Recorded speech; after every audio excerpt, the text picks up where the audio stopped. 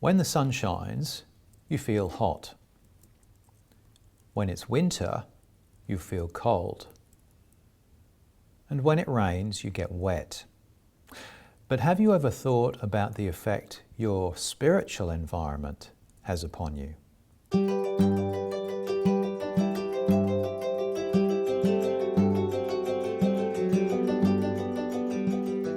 At the beginning of chapter 33, Swedenborg writes, "With every individual there are good spirits and evil spirits. Through the good spirits man has conjunction with heaven, and through the evil spirits with hell. These spirits are in the world of spirits, which lies midway between heaven and hell." And to modern readers, that all seems a bit strange to say, but hang on in there, it'll be worth it. I have a body which exists in a physical environment, and I feel the effects of that environment upon my body. But I know that I am more than just my body. And I know that because my mind doesn't get hot or cold or wet like my body does, even though it knows how my body is feeling. And my mind can either enjoy or detest what my body feels in different circumstances. So where does my mind exist? According to Swedenborg, I also inhabit a spiritual environment which influences me in the same way the natural environment affects my body. He calls this the world of spirits. And in it we are surrounded by other spirits who are like ourselves, with whom we share some affinity, and they influence our thoughts and feelings, either drawing us towards good or towards evil, towards heaven or hell. Through the techniques of mindfulness, we learn that our thoughts and feelings flow into us, that they originate outside of ourselves.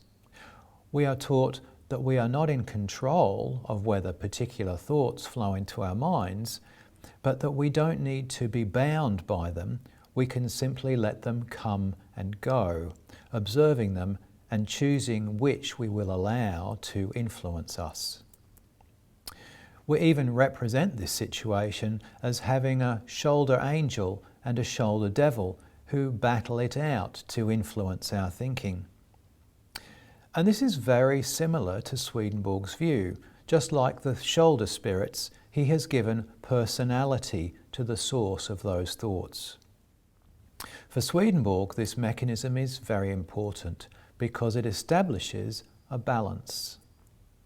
He writes, "Unless spirits of a nature like his own were adjoined to man, he could not live, nor indeed could he be withdrawn from his evils and reformed. He is therefore held in his own life by means of evil spirits, and withheld from it by means of good spirits, and by the two kept in equilibrium."